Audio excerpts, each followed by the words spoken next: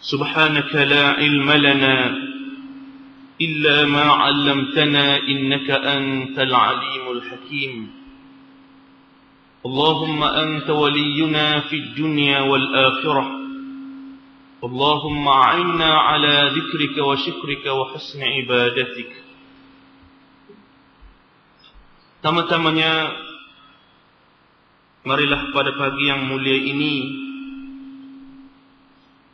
ketika kita berada di bulan Ramadan Al-Mubarak, kita mengambil peluang setelah kita beribadat, bersalat secara berjamaah, untuk kita senantiasa bermuhasabah bagi mencari keredaan Allah Subhanahu wa ta'ala. Di antara perkara yang penting kepada kita semua ketika berada di bulan Ramadan Al-Mubarak ialah kita memahami, kita mendalami dan menhayati suatu bulan yang dianugerahkan oleh Allah Subhanahu wa ta'ala, supaya kita merasakan bahawa bulan Ramadan adalah suatu bulan yang tidak sama dengan bulan-bulan yang lain. Bulan Ramadan adalah bulan yang dihadiahkan oleh Allah Subhanahu wa ta'ala kepada Nabi kita Muhammad sallallahu alaihi wasallam dan kepada umatnya. Allah Subhanahu wa ta'ala memilih Nabi kita Muhammad sallallahu alaihi wasallam dan umatnya adalah suatu umat pilihan Allah Subhanahu wa ta'ala. Lalu Allah Subhanahu wa ta'ala dengan rahmatnya untuk memberi kelebihan yang besar kepada umat Nabi Muhammad sallallahu alaihi wasallam, maka memberi kelebihan-kelebihan yang banyak. Di antaranya ialah Lailatul Qadar. Di antaranya ialah bulan Ramadan Al-Mubarak. Oleh kerana itulah, maka para ulama telah mengkritik mereka-mereka yang menamakan bulan Ramadan dengan nama bulan puasa. Walaupun padanya adalah suatu ibadat yang besar, iaitulah ibadat puasa, tetapi sekiranya dinamakan bulan Ramadan dengan bulan puasa, lama-kelamaan, lalu orang menganggap bulan ini adalah bulan yang ringkas, bulan hanyalah untuk ibadat puasa sahaja. Tetapi bulan Ramadan adalah bulan lebih daripada itu.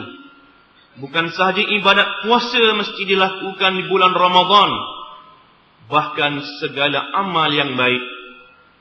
Seolah-olah suatu tanah lapang yang subur, apa sahaja yang ditanam maka tumbuh dengan subur. Maka sudah tentu seseorang itu mengambil peluang untuk menanam apa sahaja tumbuh-tumbuhan yang menjadi hasil dan menjadi wang yang banyak. Maka laksana lebih daripada itu lagi bulan Ramadan, apa sahaja yang menjadi pahala yang banyak, maka kita lakukan dan kumpul di bulan Ramadan Al-Mubarak. Ibadah puasa, ibadah salat, membaca Al-Quran, berzikir, bertadarus, bertaubat, bersabar, berakhlak, memberi sedekah, dan apa sahaja yang baik dikumpulkan di bulan Ramadan Al-Mubarak. Allah Subhanahu wa ta'ala berfirman, fastabiqul khairat, berlomba-lombalah kamu membuat kebajikan. Di mana kalimah berlomba ini kebiasaannya berlomba dalam masalah duniawi. Manusia menganggap bahawa manusia apabila menyebut berlomba, biasanya berlomba mencari wang duit, berlomba kenderaan, berlomba maju, berlomba kaya, berlomba senang. Rupa-rupanya istilah berlomba juga ada suatu istilah Islam, iaitulah berlomba untuk membuat kebajikan. Bagaimana berlomba untuk membuat kebajikan? Di mana berlomba ini ada dua cara, ada dua jenis. Yang pertama, berlomba itu adalah berlomba yang tak baik. Apabila jadi sombong, apabila jadi angkuh, apabila jadi sum'ah, jadi riak, apa sahaja yang baik yang dilakukan, kalau dia berlomba dan kerana sombong, maka rosak. Tetapi berlomba untuk mencari keredaan Allah, berlomba dalam keadaan ikhlas, berlomba dalam keadaan mencari keredaan Allah, tanpa dia menghalang orang, tanpa ada riak, ada sum'ah, ada takabur, maka berlomba ini adalah berlomba yang diredai oleh Allah Subhanahu wa ta'ala. Bukan sahaja di bulan-bulan yang lain. Apabila kita bersedekah di bulan yang lain, kita mendapat pahala. Apabila kita berzikir di bulan yang lain, kita bertahlil di bulan yang lain, kita mendapat kebajikan. Tetapi di bulan Ramadan dipergandakan oleh Allah Subhanahu wa ta'ala. Semua ini adalah kerana pilihan Allah untuk umat Nabi Muhammad sallallahu alaihi wasallam. Di antaranya Allah Subhanahu wa ta'ala menjadikan umat-umat yang terdahulu umur mereka terlalu panjang. Ada yang 1000 tahun dan lebih, ada yang 900 tahun, 800 tahun. Apabila mereka beramal, sudah tentu mereka mendapat pahala yang banyak. Bagaimana umat Nabi Muhammad mahu menandinginya? Maka Allah Subhanahu wa ta'ala memberi umur umat Nabi Muhammad ni pendek, 70 tahun, 100 tahun.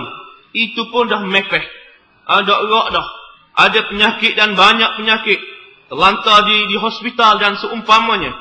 Maka bagaimana Allah nak memberi kelebihan yang banyak kepada umat Nabi Muhammad? Sudah tentu tidak mampu untuk menyaingi umat-umat yang terdahulu. Maka Allah Subhanahu wa ta'ala telah menjadikan kelebihan yang banyak untuk umat Nabi Muhammad, supaya jangan kejar dan menyaingi umat-umat yang terdahulu sekiranya mereka mahu. Iaitulah Allah menjadikan Ramadan di antaranya suatu bulan yang besar. Di dalamnya terdapat kelebihan-kelebihan yang banyak, macam-macam hadis, macam-macam janji daripada Allah dan Rasul sallallahu alaihi wasallam. Semua janji-janji ini untuk menggalakkan supaya kita semua, tak kira siapa, sama ada awam ataupun bukan awam, siapa sahaja di kalangan umat Islam, di kalangan umat Nabi Muhammad sallallahu alaihi wasallam, mencari kelebihan, mengejar kelebihan, mengambil kelebihan kerana Allah dan kerana keredaan Allah Subhanahu wa ta'ala, maka mereka akan mencapai kelebihan yang dijanjikan oleh Rasulullah sallallahu alaihi wasallam. Bukan sahaja bulan Ramadan, bulan yang lebih untuk umat Nabi Muhammad, termasuk kelebihan-kelebihan yang lain. Di antara kelebihan yang lain ialah Lailatul Qadar. Di antara kelebihan yang lain Al-Quranul Karim, menandingi kitab-kitab yang lain. Taurah, Injil, Zabur. Allah menjadikan Al-Quran lebih daripada kitab-kitab yang lain. Allah menjadikan tanah Al-Haramain, Makkah, Al-Madinatul Munawwarah, dua tanah, dua kawasan ini adalah kawasan yang lebih untuk umat Nabi Muhammad sallallahu alaihi wasallam. Kelebihan-kelebihan yang dijanjikan oleh Allah Subhanahu wa ta'ala, kita bermuhasabah supaya kita merasa ladzat menhayatinya, mempunyai perasaan kasih kepada janji-janji Allah dan kelebihan-kelebihan yang dijanjikan oleh Allah Subhanahu wa ta'ala, supaya semua kita ini sempat dan mampu untuk mengumpulkan kelebihan. Seterusnya kita mengajak manusia seluruhnya supaya mencari keredaan Allah Subhanahu wa ta'ala, dan kita bersabar di dalam menghadapi ujian-ujian, telatah-telatah manusia yang berbagai-bagai. Allah Subhanahu wa ta'ala menjadikan manusia ini berbagai-bagai jenis. Ada yang mudah, ada yang payah. Adapun tanggungjawab umat Islam menyampaikan Islam, memberitahu janji-janji Allah dengan akhlak yang mulia, dengan penuh kasih sayang, menghormati di antara satu sama lain, dan mendoakan semoga Allah Subhanahu wa taala memberi hidayah kepada kita, kepada isteri-isteri kita, kepada ibu bapa kita, kepada anak-anak kita, kepada jiran kita. Semua mereka itu adalah sasaran dakwah. Semua mereka itu adalah manusia-manusia yang ditaklif, dipertanggungjawab kepada kita. Orang-orang yang mampu, orang-orang yang tahu tentang Islam, untuk memberitahu kepada mereka dengan hati yang terbuka, dengan penuh perasaan kasih sayang, hormat menghormati, dan perasaan untuk menyelamatkan manusia, sebagaimana hati Nabi kita Muhammad sallallahu alaihi wasallam, sebagaimana para sahabat radhiyallahu anhum dalam mereka mengejar jihad, mencari kelebihan di dalam agama Islam ini. Mereka juga mempunyai perasaan kasih sayang untuk menyelamatkan manusia, bukan sahaja di bulan-bulan yang lain, bahkan di waktu lapar dan dahaga. Di bulan Ramadan al-Mubarak, bukan sahaja mereka menyampaikan Islam menandakan kasih sayang, bahkan mereka menandakan kasih sayang melalui hormat menghormati, melalui akhlak, melalui nafkah, melalui pertolongan, melalui senyuman, melalui doa kepada Allah Subhanahu wa taala. Bukan senang untuk kita mencapai keredaan daripada Allah Subhanahu wa taala. Keredaan Allah adalah sesuatu yang mahal, sesuatu yang berharga. Menghadapi cabaran, di sana ada cabaran yang jauh, di sana ada cabaran yang dekat.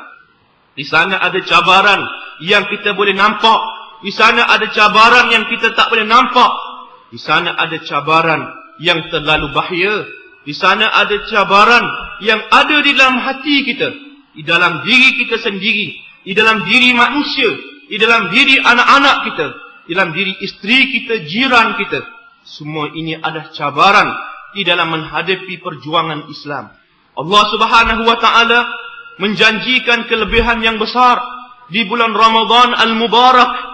Maka hendaklah kita mengambil peluang dengan sebaik-baiknya, mengumpulkan segala apa yang menjadi pahala, apa yang menjadi suatu nikmat di dunia dan di hari akhirat, supaya mudah-mudahan kita menjadi orang-orang yang bertakwa kepada Allah Subhanahu wa taala.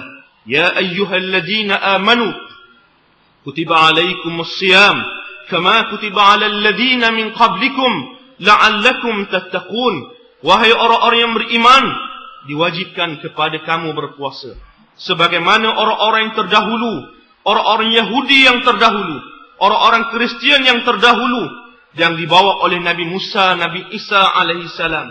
Mereka pernah diwajibkan oleh Allah berpuasa, cuma di bulan-bulan yang lain. Sebagaimana orang-orang yang terdahulu pernah berpuasa, mudah-mudahan kamu menjadi orang-orang yang bertakwa.